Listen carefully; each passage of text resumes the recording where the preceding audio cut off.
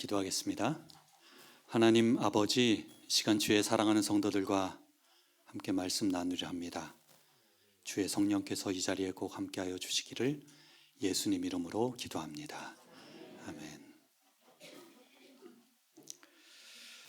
오늘은 요한복음 4장에 있는 말씀을 좀 보도록 하겠습니다. 요한복음 4장 3절로 14절에 있는 말씀입니다. 요거 아이디어가 굉장히 좋네요. 앞에 있는 것도 아른거리지 않고. 누구의 아이디어죠? 신승훈 집사님의 아이디어? 여러분, 우리 교회는 신승훈 집사님 보유한 교회입니다. 이 생각을 어떻게 했지? 요한복음 4장 3절로 14절. 저만 감동을 받은 것 같군요. 유대를 떠나사 다시 갈릴리로 가실새 사마리아를 통과하여야 하겠는지라. 사마리아에 있는 수가라 하는 동네에 이르시니 야곱이 그 아들 요셉에게 준 땅이 가깝고 거기 또 야곱의 우물이 있더라.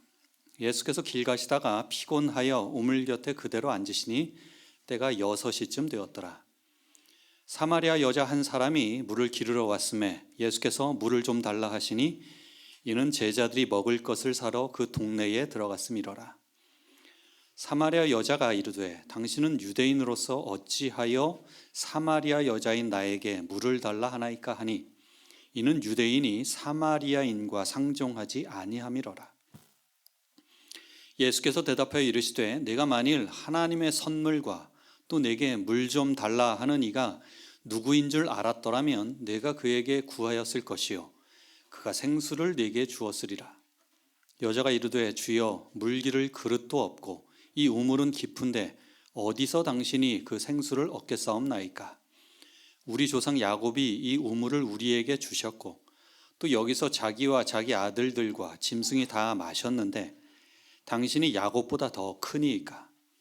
예수께서 대답하여 이르시되 이 물을 마시는 자마다 다시 목마르려니와 내가 주는 물을 마시는 자는 영원히 목마르지 아니하리니 내가 주는 물은 그 속에서 영생하도록 솟아나는 샘물이 되리라. 아멘.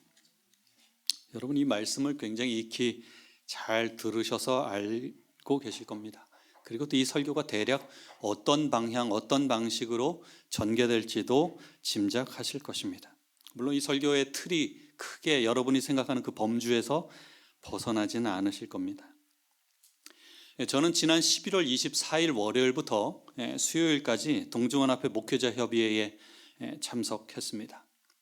목회자 협의회는 보통 3월과 12월 두 차례에 걸쳐서 하는데 올해는 11월에 했죠. 12월 달에 그 동중원 앞에 총회가 있어서 그런 총회가 있는 해는 조금 더 앞당겨서 하곤 합니다.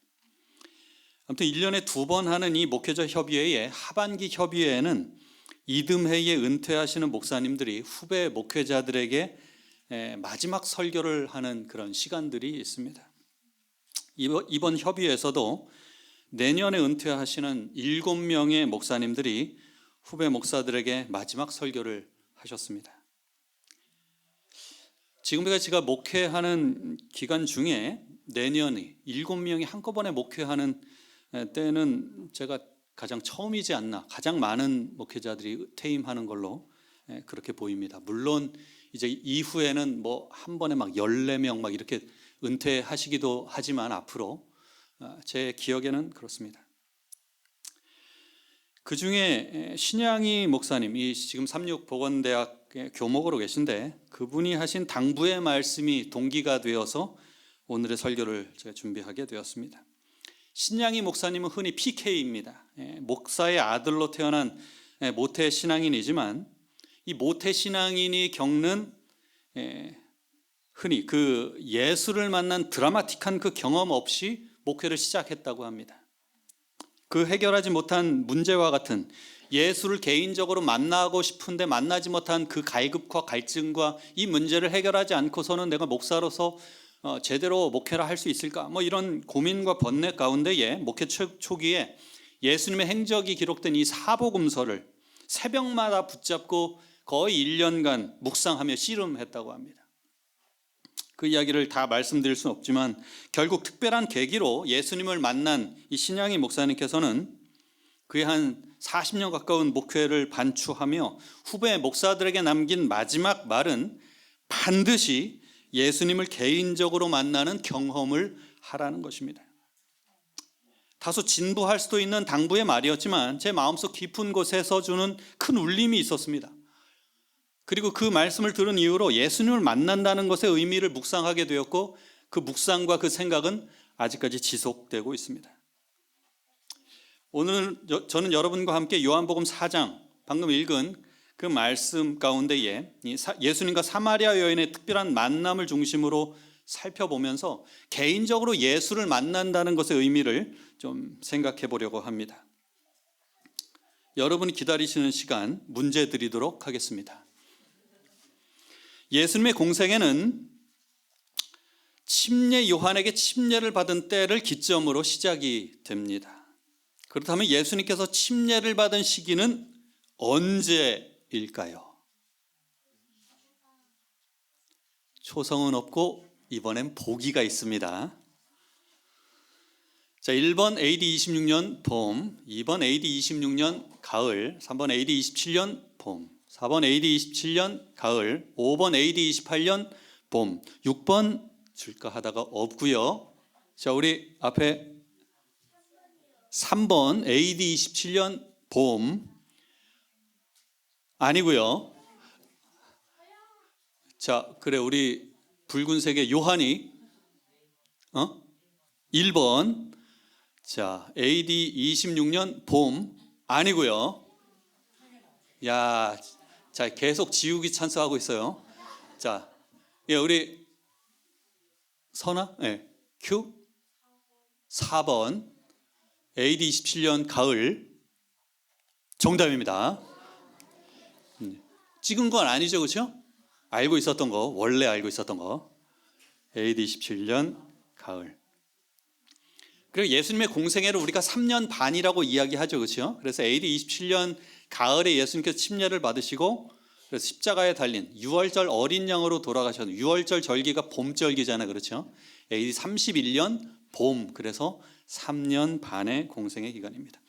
아무튼 요한복음 4장은 예수님의 공생애 초기 갈릴리 봉사를 위하여 올라가시면서 사마리아를 지나가십니다. 그때 일어난 사건이고 시기적으로는 AD 28년 초여름이었습니다. 예수님께서는 갈릴리로 가시는 그 길에 사마리아를 가로질러 가셨습니다. 요한복음 4장 3, 4절 보면 유대를 떠나사 다시 갈릴리로 가실새 사마리아를 통과하여야 하겠는지라.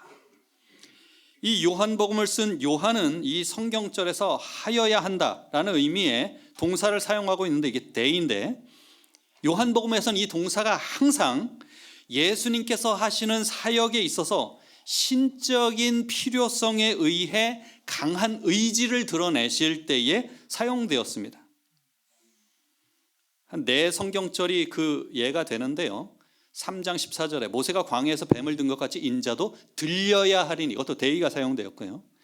이를 우리가 하여야 하리라 할 때도 대의가 사용됐습니다. 12장 34절에 보면 너는 어째 인자가 들려야 하리라 하냐, 이것도 마찬가지로 같은 동사가, 또 20장 9절에 다시 살아나야 하리라, 이것도 동일한 동사가 사용되었습니다. 예수님께서 항상 하나님의 뜻에 철저히 복종하면서 행동하셨기 때문에 사마리아를 통과하는 이 문제도 분명히 그분의 의지와 신적인 능력을 활용하여 이 의지를 분명하게 드러내신 것입니다.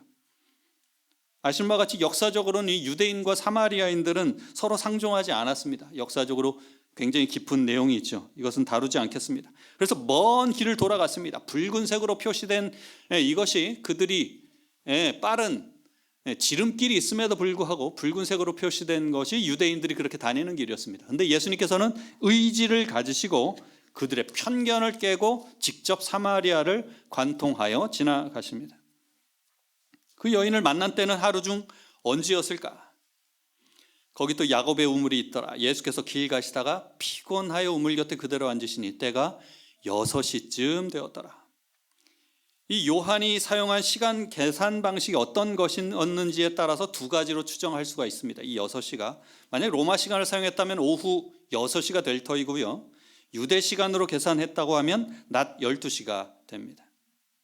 이 내용을 여러분이 아시지만 이 사마리아 여인은 부정한 생활을 하고 도덕적으로 굉장히 흠결이 있는 여인이었기 때문에 다른 여자들이 즐겨 물을 깃는 시간, 황혼의 시간을 피하여 대낮에 물을 기르러 왔습니다.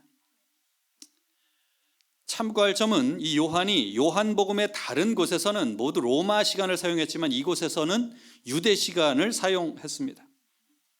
그 이유는 유대 시간에 오랫동안 익숙했던 이 요한이 자신도 모르는 사이에 유대 시간을 사용했는지 혹은 다른 이유가 있었는지 분명히 알 수는 없지만 확실한 것은 요한복음 4장에서 유대 시간을 사용했다는 것입니다. 낮 12시가 되겠죠.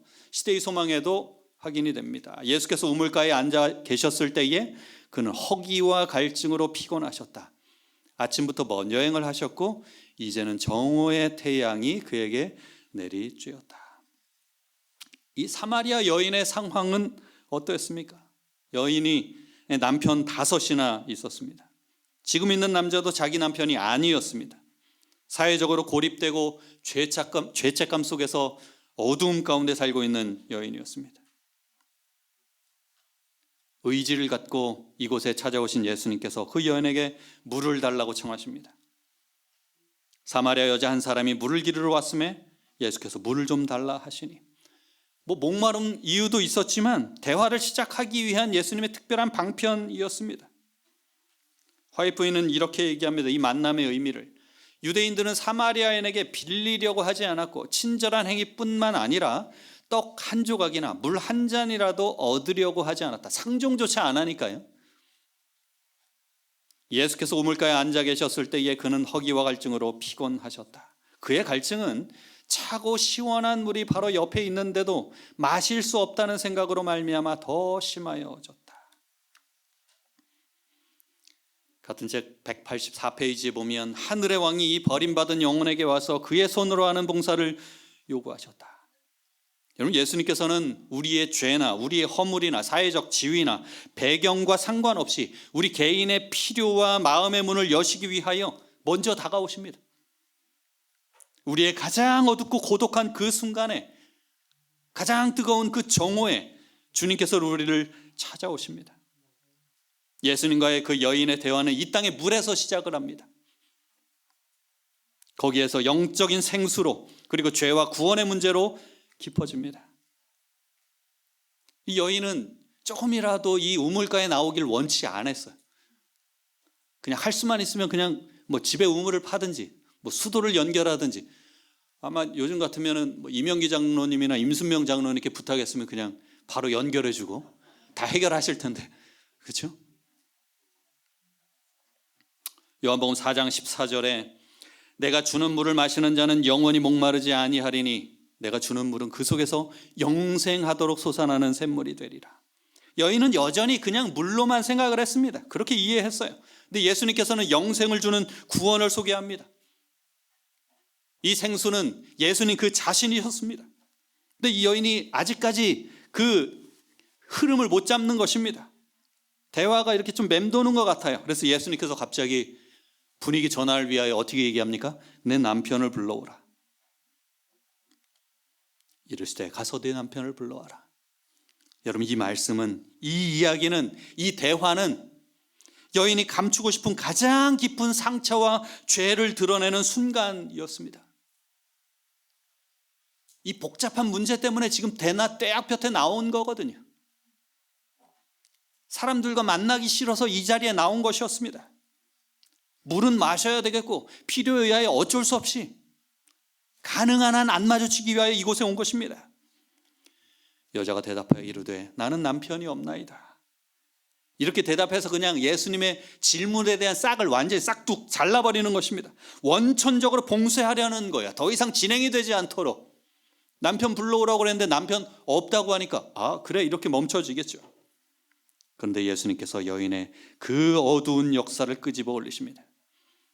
예수께서 이르시되 내가 남편이 없다 하는 말이 옳도다.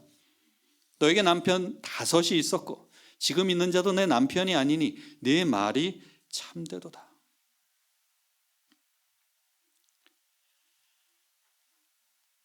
예수님께서 그 여인의 민낯을 보고서 이야기하는 것처럼 너 여기 이렇게 고쳤구나.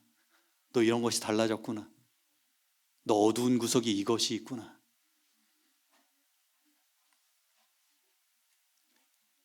수군거리지 않고, 만약에 다른 사람들과 함께 있는 가운데 예수님께서 이 이야기했으면은 굉장히 민망하고 낯뜨거운 상황이 되는 것입니다. 동네 사람은 그냥 지레 짐작만 하고 있었을지 몰라도 이게 완전히 공론화되면서 사실이 되어버리는 거예요. 시대의 소망 188페이지에 듣고 있던 여자는 떨었다. 지금 신비한 손이 그 여자가 살아온 역사의 페이지들을 넘기면서 그 여자가 영원히 숨겨두기를 바라던 사실을 눈앞에 전개시키고 있었다. 그 여자의 생애의 비밀을 뚫어보실 수 있는 그는 누구였던가? 그 여자의 마음속에는 영원한 것과 지금은 숨겨져 있는 모든 것이 드러날 미래의 심판에 대한 생각이 들었다.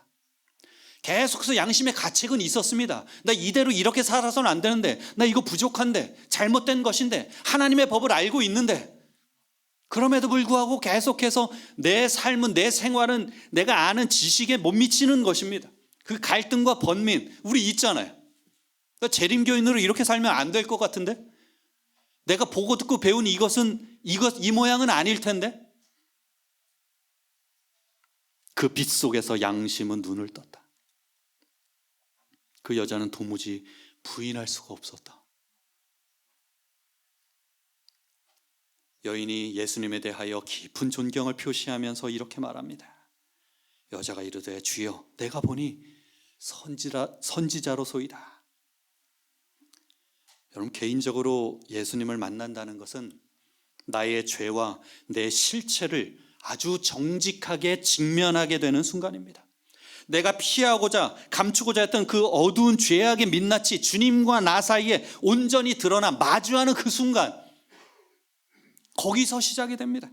죄와 맞닥뜨리는 순간, 죄와 직면하는 순간, 예수님과 나 사이에 이것이 놓여 있지만 이것은 주님께서 나를 정죄하기 위한 것이 아니라 나를 구원하기 위한 거예요. 여러분, 이와 비슷한 경험을 한 사람이 베드로입니다. 그의 형제 안드레의 소개로 예수님의 제자가 되었습니다. 예수님의 제자로 그가 한동안 따라다녔습니다. 그런 베드로에게 위기가 닥쳤어요. 당시에 큰 반향을 일으켰던 침례 요한이 너무나 무기력하게 감옥에 갇힙니다. 그리고 예수님께서 나사렛에서, 그의 고향 나사렛에서 배척당하는 모습을 목격합니다. 누가복음 4장의 내용이죠. 그의 삶을 생각해 보니까 예수님의 제자로 계속해서 이렇게 따라다니다가 결국에는 마지막에 이러한 모양으로 끝나게 될 것 같다는 아주 불투명한 그 미래에 대한 확신이 들게 돼요. 그래서 그 제자의 자리에서 잠시 물러납니다. 그리고 고기잡이에 나섭니다. 이게 누가복음 5장의 내용이죠. 자기 의도대로 자기가 원래 잘하던 것, 잘했던 것, 잘 아는 것, 고기가 잘 잡혔다면 나름대로 위로가 됐을 것입니다. 아, 그렇지. 나 아직 녹슬지 않았구나. 근데 그렇게 잘 잡히던 고기가 그날은 웬일인지 고기의 그림자도 보이지 않았습니다. 정말 한 마리도 잡히지 않았어요. 비극적입니다. 어떻게 이렇게 한 마리도 없을 수 있나? 이런 적이 단 한 번도 없었습니다. 절망 가운데 있는 베드로에게 예수님께서 말씀하십니다. 시몬에게 이르시되 깊은 데로 가서 그물을 내려 고기를 잡으라. 시몬이 대답하여 가로되 선생이여, 우리들이 밤이 맞도록 수고를 하였으되 얻은 것이 없지만은 말씀에 의지하여 내가 그물을 내리리이다. 시대소망 245페이지에 보면 밤새도록 헛수고를 하고 난 후 그물을 환한 낮에 던진다는 것은 가망이 없는 것으로 보였다. 그러나 예수께서 분부를 내리셨고 또한 그들은 그 선생을 사랑하는 마음으로 순종하였다. 어떻게 됐습니까? 그 결과는 고기를 내온 것이 심히 많아 그물이 찢어지는지라.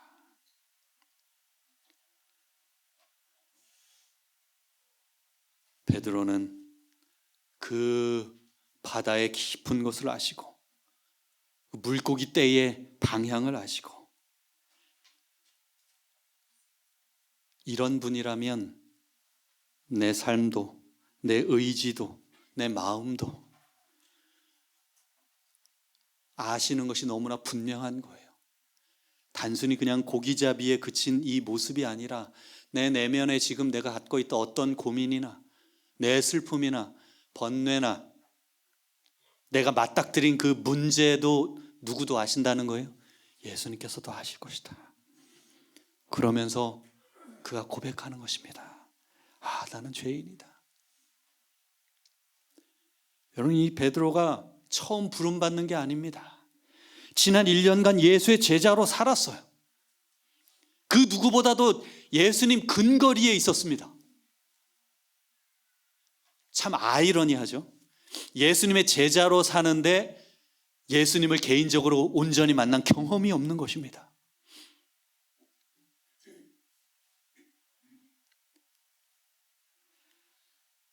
누가복음 5장 8절에 보면 시몬 베드로가 이를 보고 예수의 무릎 아래 엎드려 가로되 주여 나를 떠나서서 나는 죄인이로소이다. 베드로가 겪었던 그런 번민이나 고민들 1년간 그 누구보다도 많은 이적을 경험하고 주변에 몸담았던 많은 사람들 가운데에 그 누구보다도 가까이 있었습니다. 근데 예수를 만나지 못했어요. 재림교회 교인으로 이곳에서 몸담았습니다. 혹은 모태신앙인으로 10수년간 교인인데 목사고 장로고 집사고 어떤 보직을 맡았고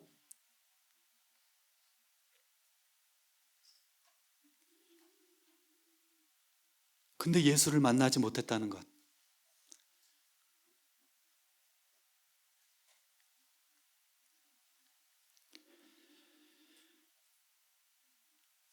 이것은 지속적인 저의 고민이기도 합니다. 여러분, 우리가 예수님을 온전히 개인적으로 만나게 되면 베드로처럼 사마리아 여인처럼 우리는 죄인이란 사실을 직시하게 됩니다.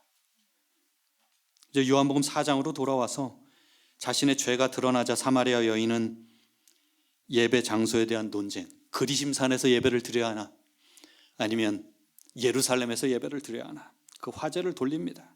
이 여인이 평소에 갖고 있던 영적인 딜레마였습니다. 사마리아 사람들이 갖고 있는 대부분의 이야기였어요.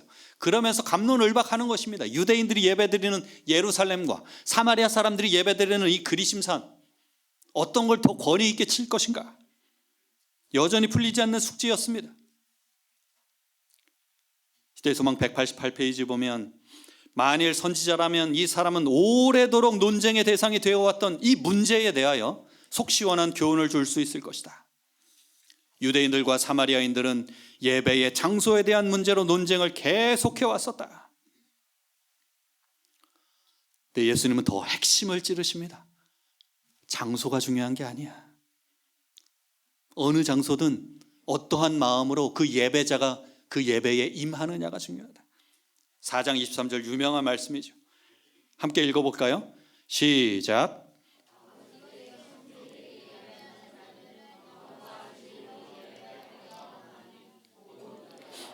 아버지께서는 자기에게 이렇게 예배하는 자들을 찾으시느니라.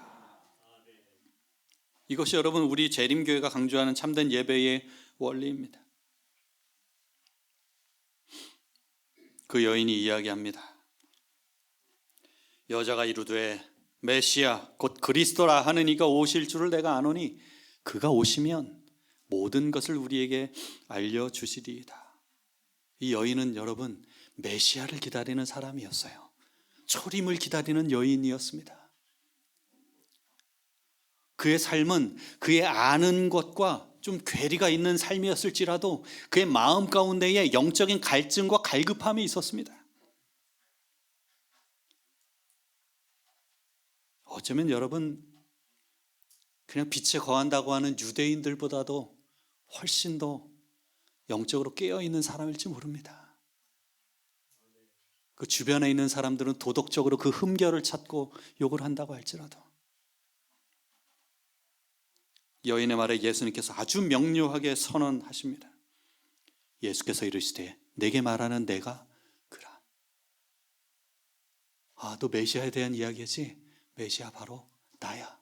지금 너 앞에서 지금 이야기하고 있는 존재가 바로 메시아다. 내가 하나님의 아들이다.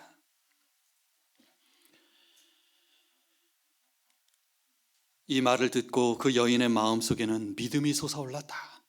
그 여자는 하늘의 교사의 입에서 나온 그 놀라운 선언을 받아들였다. 이 여인의 마음은 깨달을 수 있는 상태에 놓여 있었다. 그녀는 가장 고상한 계시를 받아들일 준비가 되어 있었다. 그 이유는 그가 성경의 말씀에 흥미를 느꼈으며 성령께서 더욱 많은 빛을 보도록 그의 마음을 준비시키고 계셨기 때문이었다. 그녀는 구약 성경에 내 하나님 여호와께서 너희 중 내 형제 중에서 나와 같은 선지자 하나를 너를 위하여 일으키시리니 너희는 그를 들을지니라는 약속을 연구하였었다. 그는 이 예언을 이해하길 갈망하였다. 빛은 이미 그 여자의 마음을 환히 비춰주고 있었다. 그리스도께서 모든 목마른 영혼에게 주시는 영적 생명인 생명수가 그의 마음속에서 솟아나기 시작하였다. 하나님의 영이 그에게 역사하고 있었다. 여러분, 예수님께서 지금 메시아이심을 그 여인이 발견한 것입니다. 그토록 갈망하고 기대하며 구약 성경을 보면서 이 말씀을 이해하길 원했는데 그분이 직접 내 앞에서 지금 대화를 나누고 있는 거예요. 선지자성을 가졌음을 그가 확인은 했습니다. 이미 직접적으로 선언도 들었습니다. 여러분, 개인적으로 예수님을 만난다는 것은 그분이 곧 나의 구원자이심을 깨닫는 것입니다. 죄인에게 필요한 것 결국 누굽니까? 구원자예요. 그 죄의 구렁텅이로부터 끄집어내 주시는 분, 유일한 분, 그분이란 사실을 깨달아야 되는 거예요. 여러분, 이 여인이 개인적으로 예수님 만난 다음에 그의 삶이 어떻게 달라졌을까요? 정말 완전히 바꿔놓았습니다. 여인이 물동이를 버려두고 마을로 달려갑니다. 마을은 그가 그토록 기피했던 대상들이 있는 곳이에요. 그 사람들과 상종하고 싶지 않았어요. 마주치기 싫어했습니다. 수군거리는 소리도 너무 듣기 싫었어요. 가능한 한 거리를 두는 것입니다. 사회적 거리두기. 근데 여인이 물동이를 버려두고 동네로 들어가서 사람들에게 말을 합니다. 시대소망 191페이지에 보면 그리스도의 말씀에 귀를 기울였을 때에 그 여인은 기쁨으로 충만하였다. 그 놀라운 계시의 말씀은 그녀를 거의 압도하였다. 그는 물동이를 버려두고 다른 사람에게 기별을 전하기 위하여 동네로 돌아갔다. 예수께서는 그 여인이 왜 떠나갔는지를 아셨다. 그가 물동이를 버리고 갔다는 것은 예수의 말씀의 감화가 어떠하다는 것을 증명하는 것이 틀림없었다. 지금 자기가 뭐하러 왔는지도 까먹은 거예요. 영혼의 간절한 소망은 생수를 얻는 것이었다. 그는 우물에 나온 용무도 잊어버렸다. 그는 구주의 목마르심을 채워드리기 위하여 물을 떠드리는 것도 잊어버렸다. 지금 물 달라고 해서 지금 대화가 이렇게 진행이 되었는데 예수님께 물 한 잔 드리고 떠나도 되는데 그 시간조차도 혹은 그 일조차도 잊고 간 것입니다. 그는 마음에 기쁨이 넘쳐서 자기가 받은 귀한 빛을 남에게 전하기 위하여 길을 재촉하였다. 그래서 혹시 모르겠어요. 예수님이 목마르셔서 그 갈증도 그 이후에 계속 말씀해 보게 되면 그 해소가 되었다고 하셨는데 그 여인이 두고 간 물동이를 직접 해서 나에게 물을 안 주네 하면서 이렇게 또 마셨을지는 모르겠습니다. 근데 아무튼 이제 더 이상 이건 굉장히 지엽적인 문제가 되는 것입니다. 중요하지 않아요. 아무것도 중요하지 않아요. 예수님의 편에서도 그 여인의 편에서도. 이 물동이는 그의 일과 삶의 목적과 고립된 그 일상을 상징을 합니다. 이제 물동이보다 더 중요한 것이 생겼습니다. 우선순위가 달라진 것입니다. 베드로도 마찬가지였습니다. 예수를 제대로 만난 다음에 그가 어떻게 달라집니까? 저희가 베드로를 육지에 대고 모든 것을 버려두고 예수를 좇으니라. 예수 만난 다음에 관심사가 달라진 것입니다. 추구하는 바가 달라진 거예요. 다 버려둔 거예요. 물고기 왕창 잡혔잖아요. 그거 버려두는 것입니다. 배도 놔뒀어요. 그물도 놔둡니다.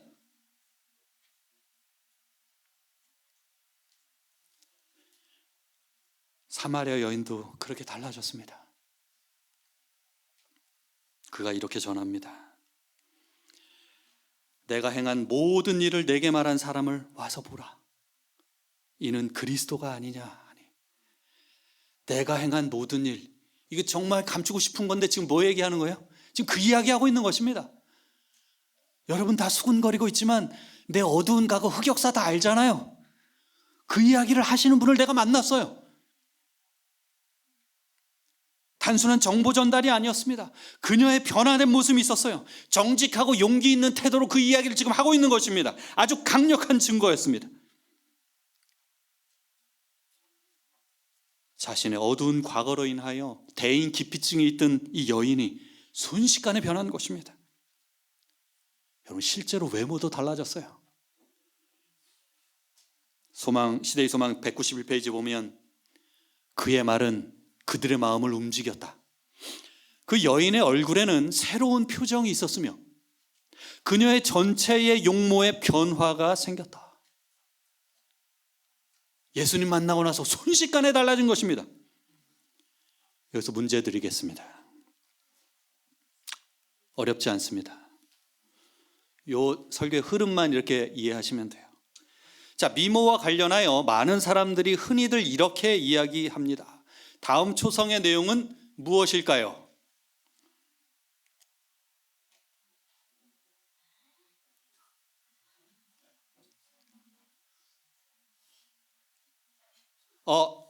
고예은 전사님.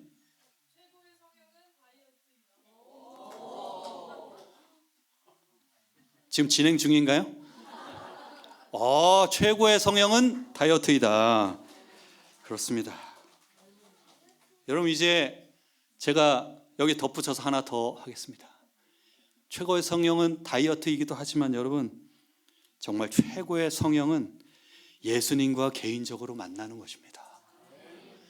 여러분 예수님을 개인적으로 만나고 나면 사람이 달라져요.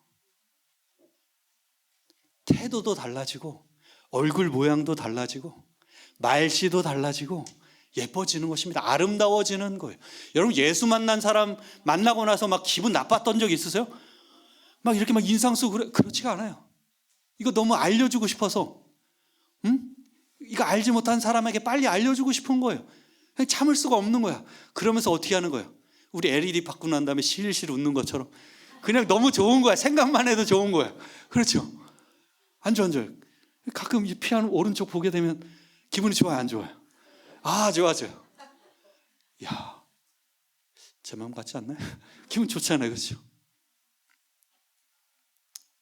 최고의 성형은 여러분 예수님과 그룹으로 만나는 거 말고 집단으로 만나는 거 말고 교회에서 한꺼번에 만나는 거 말고 어떻게 해요? 개인적으로 만나는 거. 이거 정말 중요합니다. 이 여인의 증언으로 많은 사마리아 사람들이 예수님을 만나고 싶은 마음이 생겼습니다. 예수님을 찾아옵니다. 그리고 그들의 예수님을 대하는 태도를 통하여 그들이 달라져요. 사마리아인들이 와서 예수의 말씀을 듣고 그를 믿었다.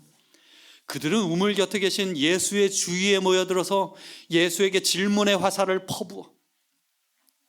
유대인들은 뭐 하고 있어요? 유대에서 예수님이 실망해서 지금 갈릴리로 가고 있거든요. 비난의 화살을 퍼붓는데 이들은 뭐 하는 거예요? 지금까지 갈급한 궁금증이 있었어요. 질문을 퍼붓는 것입니다. 그들이 이제까지 확실히 이해하지 못하였던 많은 사물에 대한 예수의 설명을 열심히 받아들였다. 구약 성경 저자 누구십니까? 예수님이셔요. 저자 직강입니다. 그거 바로바로 설명해 주는 거예요. 말씀을 듣자 그들이 어렵게 생각하던 문제가 깨끗이 가시기 시작하였다. 그들은 마치 암흑 속에서 돌연히 나타난 빗줄기를 더듬어 올라가다가 환한 대낮을 발견한 사람들과 같았다.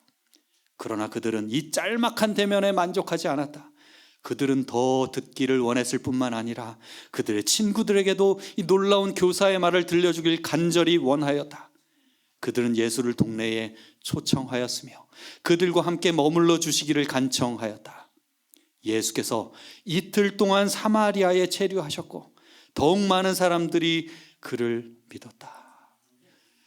이 우물가에서 예수님 말씀 듣다가 동네로 초청하고 듣다가 밤늦게 되었어요. 식사도 했겠죠. 예수님 하루만 더 묵으면 안 되겠어요? 예수님이 딱 내가 이틀 동안 머무를게 이렇게 시작하지는 않으셨을 거예요. 그래? 다음 날에 한번 또 시작하지. 다음 날 또 하루가 다 갔습니다. 그래도 또 아직까지 궁금해요. 예수님이 더 머무셨으면 좋겠어요. 예수님 바쁘시지만 하루만 더 계시면 안 될까요? 잠깐만, 베드로 스케줄표 어떻게 되지? 네, 일정이 빡빡하긴 한데 하루 정도는 더 괜찮을 것 같습니다. 그럼 하루 더 머물겠습니다. 이렇게 되는 거예요. 예수님을 개인적으로 만난 그 한 사람 덕분에 사마리아가 말 그대로 발칵 뒤집혔습니다. 예수님의 복음으로. 여러분, 누군가의 간증을 듣고 호기심을 갖는 그것에서 멈추는 것이 아니라 나 자신이 직접 예수님의 음성을 듣고 그분을 구주로 영접하는 것, 그분께서 기대하시는 발걸음입니다. 여러분, 우리는 사마리아 여인처럼 예수님을 개인적으로 만나는 그 경험을 통하여 물동이를 버려두고 세상을 향하여 나아가야 하는 것입니다. 그 여자에게 말하되 이제 우리가 믿는 것은 내 말로 인함이 아니니 이는 우리가 친히 듣고 우리가 참으로 세상의 구주신 줄 알미라. 그 여인도 자기가 죄인인 걸 알고 메시아이심을 확신했습니다. 그것을 본 사람들이 이제 그들도 또한 구주로 인식하게 되는 것입니다. 여러분, 우리의 사명은 다른 사람들에게 와서 보라고 초청하는 것입니다. 그리고 그들이 직접 예수를 만나서 개인의 구주로 영접하도록 돕는 것입니다. 사랑하는 성도 여러분, 제가 단에서 사랑하는 성도 여러분 할 때 이건 그냥 정치인들이 하는 그것과 같지 않습니다. 친애하는 국민 여러분, 그들 그렇게 친애하지 않거든요. 근데 여러분, 이건 제가 이 원고를 작성하면서 진짜 심혈을 기울여서 쓰는 말입니다. 사랑하는 성도 여러분, 전 정말 여러분을 사랑해요. 아멘은 내년 이맘때 하시려고 그러나 왜 이렇게 작은 거예요? 저는 여러분을 정말로 사랑합니다. 여러분, 우리가 야곱의 우물가에서 사마리아 여인을 만나주신 그 예수님께서 지금 이 시각에도 우리 한 사람 한 사람을 정말 개인적으로 만나기를 원하십니다. 우리의 정오, 죄와 고독 속에 홀로 있는 바로 그 시각에 주님께서는 찾아오십니다. 이 여인처럼 숨겨진 남편 5은 없을지라도 우리의 세상의 헛된 만족과 그 중독을 아시고 생수를 주시고자 그분께서 다가오길 원하셔요. 우리의 물동이, 우리의 삶을 지배하는 세상적인 그 관심사를 버려두고 그분은 당신 자신을 따르기를 원하십니다. 여러분을 향하여 손을 내미셨어요. 여러분은 어떻게 하시겠습니까? 여러분, 존 뉴턴은 한때 굉장히 악명 높은 이 노예선을 운송하는 이 선장이었습니다. 대단히 방탕하였고 폭력적이면서 조롱하고 하나님을 모독하는 그런 아주 나쁜 사람이었습니다. 그랬던 그가 항해 도중에 폭풍우를 만났습니다. 이 뱃사람이었기 때문에 그는 직감적으로 이 폭풍우가 배가 이 폭풍우를 뚫고 나갈 수 없으리라는 것을 직감적으로 알았어요. 그럼 뭐예요? 배에서 죽을 수도 있다는 것입니다. 그러면서 그가 정말 진심을 당하여 주님께 처음이자 마지막으로 기도한다는 심정으로 기도했습니다. 주님, 저를 살리셔야 합니다. 저는 당신을 지금까지 모욕하며 살았지만 지금은 당신밖에 의지할 존재가 없습니다. 주님, 제발 저를 살려주십시오. 그날 밤 그는 정말 기적적으로 그 죽음의 위기에서 벗어났습니다.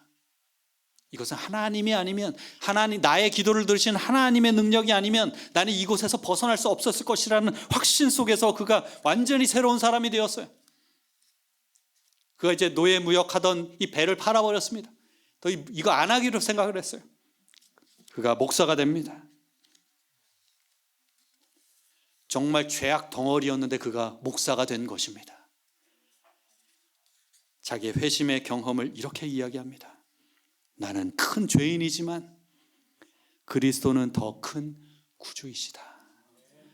여러분, 사탄은 지속적으로 우리의 귓등에, 우리의 삶에, 우리의 마음 가운데에 우리의 내재된 그러한 허물을 드러내면서 그는 이야기합니다. 너 같은 죄인이, 너 가능성 없어. 너 목사잖아, 너 장로잖아, 너 집사잖아. 그래서 되겠어? 그때 이야기하시기 바랍니다. 나 죄인 맞아. 근데 이 죄일지라도 이 죄를 감싸 안고 포용하고 용서하실 정도로 예수님은 더 큰 구주이셔. 그렇습니다, 여러분. 그분의 품은, 그분의 벌린 팔은 우리를 다 어떠한 죄를 지었을지라도 끌어안고 용서하고도 남을 만한 분이십니다. 여러분, 이 사실을 확신하게 되시기를 간절히 바랍니다. 여러분, 이 고백 때문에 우리가 잘 아는 찬미가 116장 자비로운 주 하나님, 존 뉴턴이 작곡합니다. 자비로운 주 하나님, 날 구원했으니 내 잃었던 귀한 생명 이제야 찾았네. 내 마음속에 잠긴 근심 이제 사라지고 주 예수를 믿음으로 큰 기쁨 얻었네. 주 하나님 크신 권능 내 영혼을 지키고 저 본향에 이르도록 날 인도하시네. 빛나고 높은 보좌 앞 주님만 모시고 영원 무궁 찬양하며 주 영광 돌리리. 여러분, 예수님께서는 이 세상의 구주이십니다. 존 뉴턴이나 사마리아 여인처럼, 베드로처럼 우리도 예수님을 개인적으로 만나 그분의 사랑과 그분의 능력을 경험하게 될 때에 더 이상 우리는 과거의 죄인이 아닌 복음의 능력 있는 증인이 되어 이 세상을 변화시킬 것입니다. 오늘 드린 말씀을 요약하면 개인적으로 예수님을 만난다는 것의 의미는 나의 죄와 실체를 정직하게 주님 앞에 직면하는 순간입니다. 그 가운데 그분이 나의 구원자이심을 깨닫고, 그런 이후에 우리는 세상을 향하여 나아가는데 물동이를 버려두고 나의 관심사, 내가 추구하던 그 모든 것 다 버려두고 기쁨으로 성령된 얼굴로 세상을 향하여 나아가는 것, 이것이 개인적으로 예수님을 만나는 것의 의미입니다. 지금 이 자리에서 우리 마음의 우물가에 오셔서 물을 조금 달라고 요청하시는 주님께 우리의 전부를 내어드리고 영생의 생수 되시는 그 예수님을 개인적으로 꼭 만나시는 모든 성도들 되시길 간절히 바라며 말씀을 마치겠습니다. 기도하겠습니다. 하나님 아버지, 개인적으로 예수님을 만나고 싶습니다. 이 안식일 우리 중에 오셔서 주님을 만날 기회를 주셔서 참 감사합니다. 우리가 숨기고 싶었던 상처와 죄의 역사까지 주님께서는 다 알고 계시면서도 정죄가 아닌 생수와 회복으로 우리를 불러주셔서 감사합니다. 이제는 우리의 물동이와 같은 염려, 세상의 짐, 습관적으로 짓는 죄악들, 홀로 짊어지고 있는 많은 무거운 짐들을 주님 앞에 온전히 내려놓게 하여 주시옵소서. 예수님을 만난 기쁨을 갖고 내가 만난 예수님을 다른 사람들에게 즐겨 소개하며 복음의 증인으로 담대히 살아가는 주의 자녀들 되게 하여 주시옵소서. 예수님과 만난 그 기쁨이 우리의 삶을 바꾸고 가정을 변화시키고 교회를 깨어있게 하심으로 주께서 피로 사신 이 삼패동 교회가 이 지역사회에 생수를 흘려보내는 통로의 역할 넉넉히 감당하게 하여 주시옵소서. 모든 말씀 지금도 여전히 살아계신 예수님 이름으로 간절히 기도드리옵나이다.